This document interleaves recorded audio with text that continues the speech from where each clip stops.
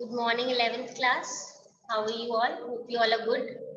So, class, we were on chapter number 3 of history, an empire across 3 continents. And in this, we have talked about the kind of political changes जो आए थे यहाँ पे कि कैसे तो पहले ये इनिशियल जो चैप्टर है वो मेन कंसर्न है फ्रॉम ऑगस्टस वाला टाइम पीरियड जब वो रिपब्लिक से वापस से एम्पायर जैसे बना था. Okay, so this is the time period which we are studying, and we study that this is an empire. This is an important empire because it expands over 3 important continents: Africa, Europe और Asia. इन 3 continents से ये spread out तक ये spread हुआ था, इसीलिए the chapter name is an empire across 3 continents. Mediterranean sea के around ये डेवलप था, वेरी इंपॉर्टेंट एरिया, ट्रेड के पर्सपेक्टिव से बहुत इंपॉर्टेंट था ये. एंड देन इसी से रिलेटेड हमने देखा है कि इकोनॉमी वाइज अच्छा था. एंड देन कैसे सेनेट का क्या रोल था, एम्परर का क्या रोल था, what was the role of the professional army. फिर हमने रोमन एम्पायर को 2 पार्ट्स में डिवाइड कर लिया था, अर्ली एम्पायर और लेट एंटिक्विटी. अर्ली एम्पायर जो है कंपैरेटिवली एक पीस टाइम पीरियड था, इतने ज्यादा वॉर नहीं हुए थे, जबकि लेटर वाले में अटैक हो रहा था. और इससे रिलेटेड थोड़ी सी डिटेल्स पढ़ ली थी हमने. Then we also talked about, जब हमने इकोनॉमी के बारे में डिटेल में पढ़ा था तो हमने पढ़ा था कैसे olive oil, wine, these were important things that were traded along with few other things, और कैसे अलग अलग एरिया अपने प्रोडक्शन के अकॉर्डिंग इंपॉर्टेंट हो रही थी. Then in our last class हमने ये किया था स्लेव्स कैसे इंपॉर्टेंट थे, एंड अलोंग विद स्लेव्स जो लेबर थे उनका क्या सिस्टम था. ठीक है, so we have talked a lot about the Roman civilisation. Now we are talking about one more aspect जिसको हम बोल सकते हैं सोशल हायरार्की. ठीक है, अब क्लास जब हम सोशल हायरार्की की बात करते हैं तो सोसाइटी कैसे डिवाइडेड थी वो देख लेते हैं. Now this the thing that you the slide that you can C in front of you, इसमें बहुत पहले वाली डिविजन्स है, सेनेटर्स, नाइट्स, मिडिल क्लास, फॉर्मिलियर्स और स्लेव्स. बाद में ये कॉमन हो गई थी, मतलब जो कैटेगरीज है वो इस टाइप से हम बोलेंगे हो गई थी कि ये 2 एक में हो गए थे, मिडिल क्लास पर एंड ये 3 डिविजन्स हो गई थी सोसाइटी में. ठीक है, I have basically made them into separate box because ताकि एक के बारे में I can explain it to you. ठीक है, so let us now start. Now let us stand back and now try to understand the kind of social structure जो इस empire में था.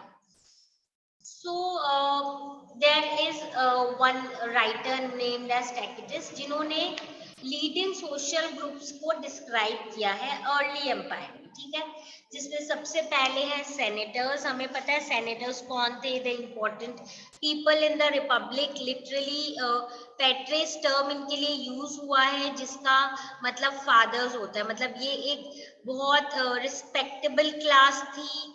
and these were the leading members of the senator group. ठीक है, और ये obviously respected section थे, and these people had great houses, they were very very rich people. and then इसके साथ ही हम बोलेंगे जो so called lower class थे जिनको प्लेब करके बोला जाता था. These were the people obviously जो अलग अलग सेक्शन में डिवाइडेड थे. दैट मींस ऑब्वियसली ये सेनेटर्स के इक्वल नहीं थे. Okay, so now when we talk about these group of people, we need to understand few other things. So when we let us understand about each of them in great detail. First, let us talk about senators. ये early empire का, I am repeating again, early empire में senators जो थे, they were very very important. and along with that हम देखेंगे जो next class है जिसको हम बोलते हैं knights common terms में. इनके अगर हम बोले in terms of इनके time period में कैसे इनको बोला जाता था, equestrian. Now ये जो टर्म है इक्विटिस, इसका मतलब क्या है, हॉर्स पे जो राइड करते हैं. तो बेसिकली हम इनको नाइट से इक्वेट कर सकते हैं, जनरली जो आर्मी और इन सब से रिलेटेड थे. ओके, और उसके बाद हमारे पास आ जाती हैं lower class. As you can see lower class के बाद ऑब्वियसली नाइट्स के बाद मिडिल क्लास होता था, मिडिल क्लास के बाद लोअर क्लास होता था, जिनको आगे हम देखेंगे होमिलियर्स बोला जाएगा, और फिर स्लेव्स है। तो अर्ली एम्पायर में हम देखेंगे कि ये किस टाइप से डिवाइडेड थे।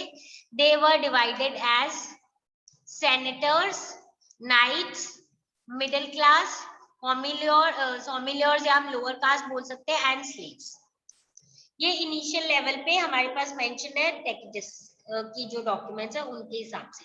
बहुत सिंपल टर्म्स में मैं एक्सप्लेन कर रही हूँ।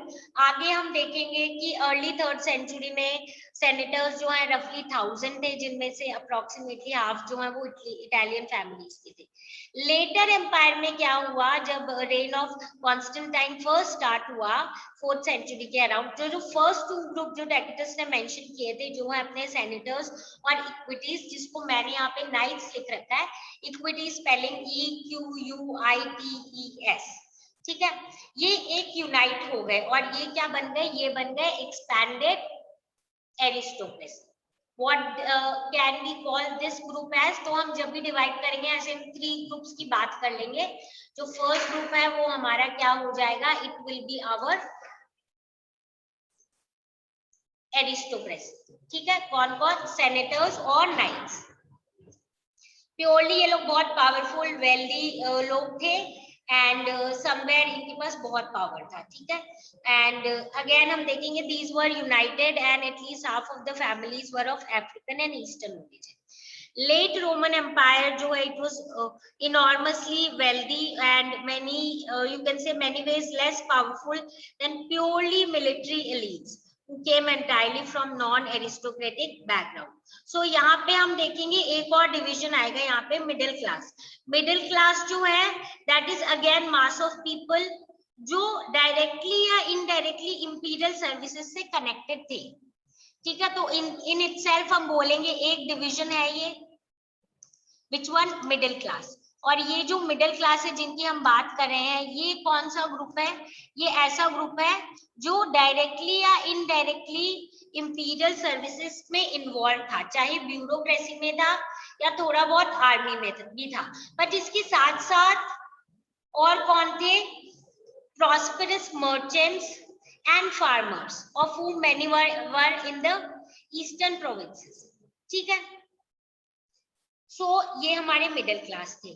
एंड जो टेक्टिस है basically he describe this as a respected middle class, क्योंकि ये सेनेटोरियल हाउसेस जो उनके क्लाइंट्स थे, बिकॉज चीफली अब ये लोग गवर्नमेंट सर्विसेज में या because they will becoming comparatively rich, so जो सेनेटर्स क्लास है वो इन पे डिपेंड करते थे वो।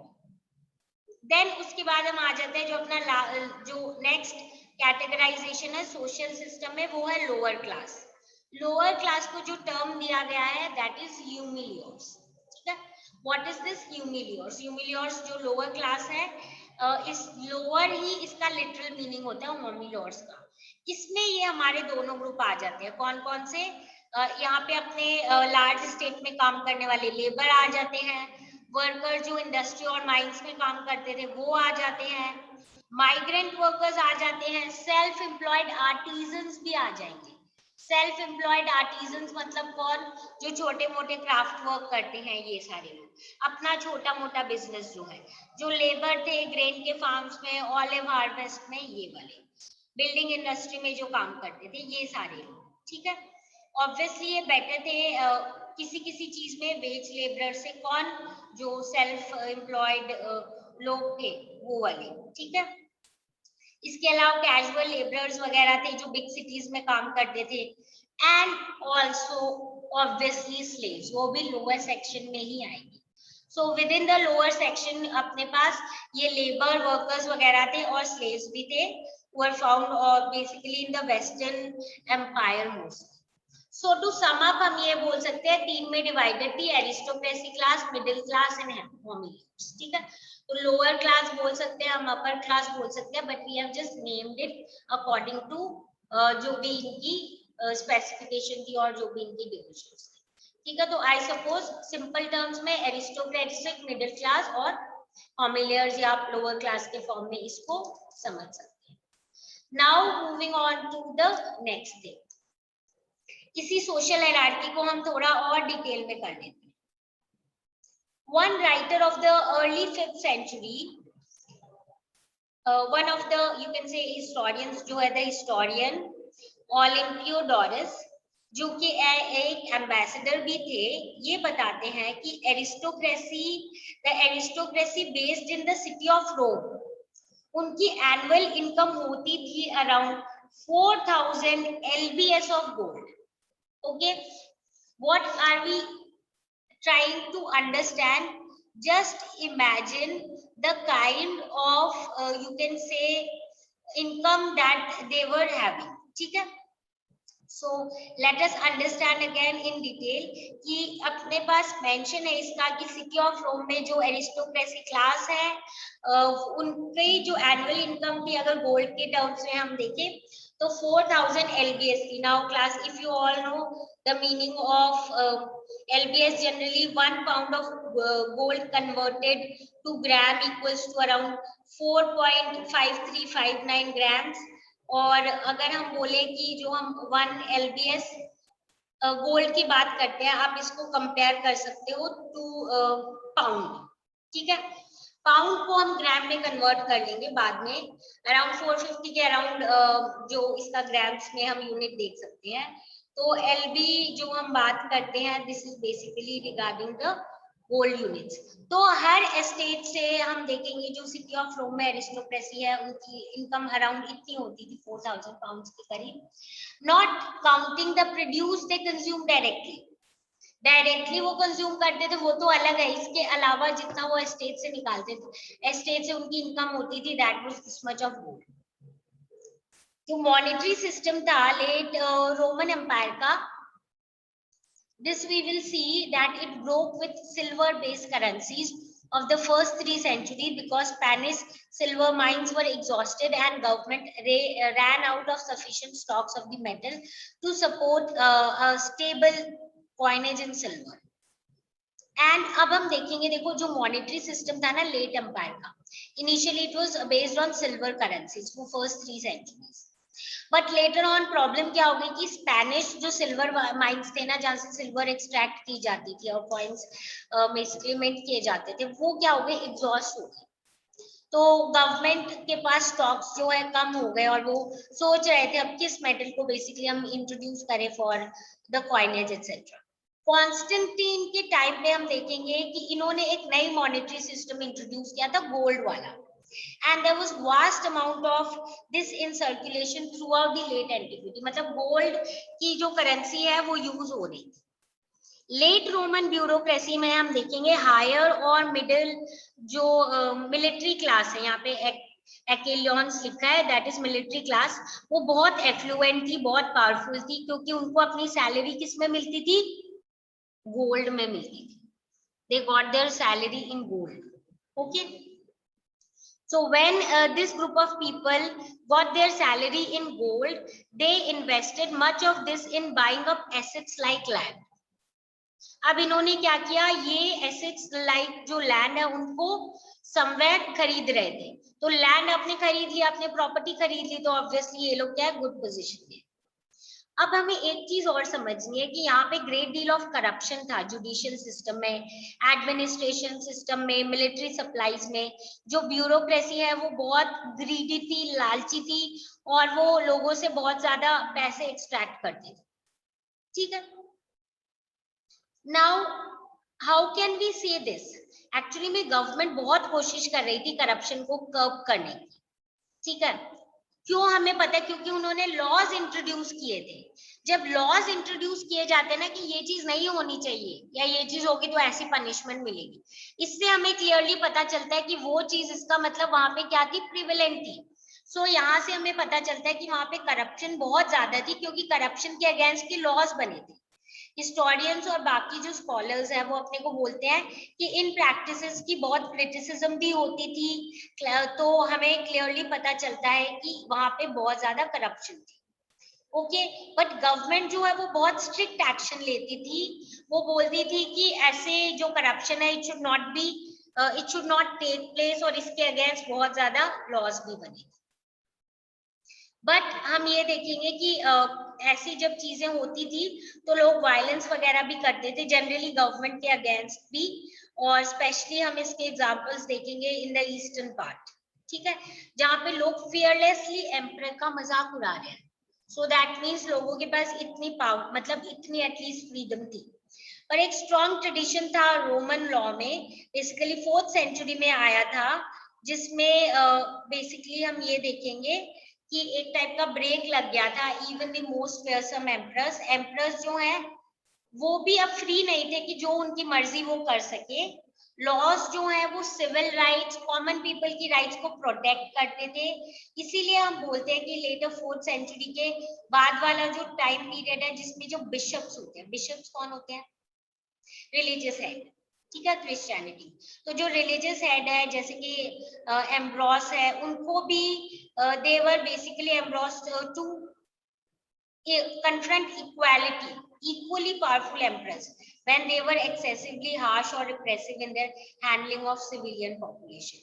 तो सिंपल चीज है, चाहे कोई भी हो, राजा हो चाहे कोई और जो रिलीजियस हेड है, जनरली वो लोग हमेशा ट्रैक रखते थे कि जो पावरफुल एम्परर्स है वो भी अपने हिसाब से ना सब कुछ करे, it was being under control, ठीक है।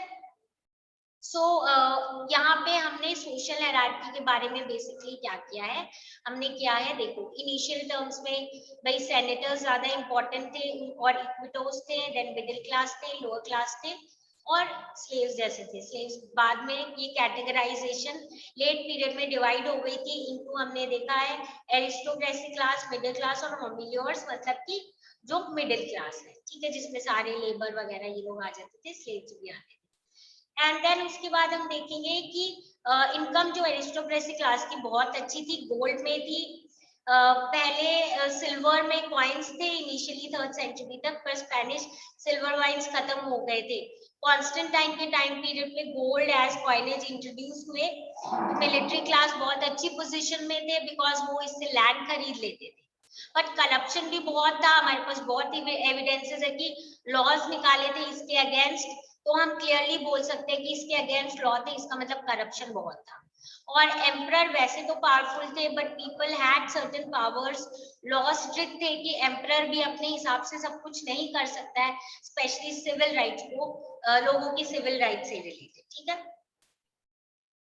नाउ हम यही देखेंगे कि in our next class we'll see, now we'll move towards the last topic, जो अपना लास्ट टॉपिक है लेट एंटिक्विटी।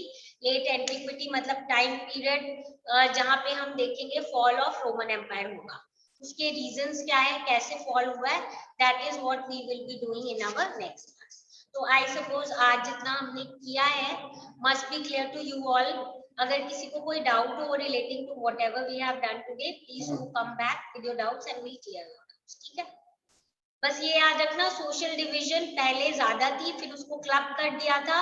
तो अगर हमसे एग्जाम में पूछेंगे as I send you the notes, उसके अकॉर्डिंगली आप लिखना 3 में कैसे डिवाइड हुए थे।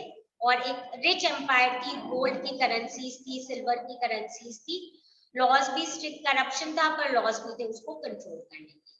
सिविल राइट्स को इंपॉर्टेंस दी जाती थी, लोग जो है they had certain rights, okay. So this is it for today. Now we will start with the next topic in our next class. Just give this portion a reading and come back with your doubts. We'll solve it. See you all in the next.